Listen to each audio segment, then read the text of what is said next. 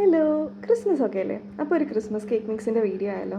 എല്ലാ വർഷവും മിക്സ് ചെയ്യുമെങ്കിലും ഇതുവരെ വീഡിയോ ഇടാൻ പറ്റിയില്ല. ഇപ്രാവശ്യം എന്താണെങ്കിലും വീഡിയോ ഇട്ടിട്ടാണ് കാര്യം എന്ന് വിചാരിച്ചു.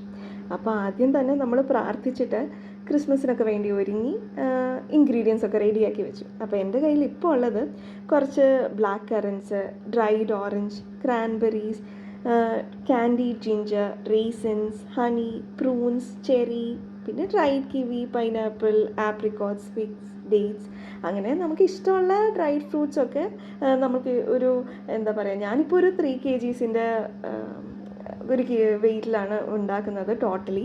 അപ്പം അത് നമുക്ക് ഇഷ്ടമുള്ള പ്രൊപ്പോർഷനിൽ എടുത്തു വെക്കാം. അപ്പം ഞാൻ ഓൾമോസ്റ്റ് ആദ്യമേ എല്ലാം സെറ്റ് ചെയ്ത് വെച്ചു. അപ്പം നമുക്ക് മിക്സ് ചെയ്യുമ്പോഴത്തേക്ക് നല്ല എളുപ്പമായിരിക്കുമല്ലോ. അപ്പോൾ എനിക്കിവിടെ കമ്പനി ആയിട്ടുണ്ടായിരുന്നത് അപ്പാപ്പനും അമ്മയൊക്കെ ആയിരുന്നു.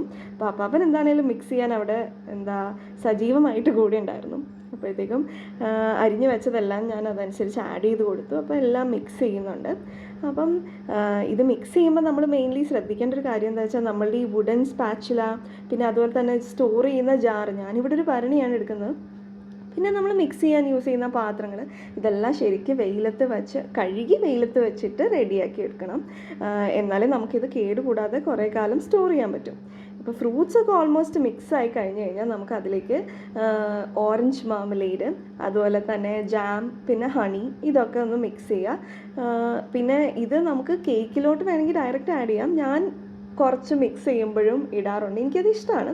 അത് നമ്മുടെ ഓരോരുത്തരുടെ പ്രിഫറൻസ് അനുസരിച്ച് നമുക്ക് ചെയ്യാം കേട്ടോ. അപ്പം ഇതെൻ്റെ സ്റ്റൈലിൽ ഞാൻ പറയുകയാണ്.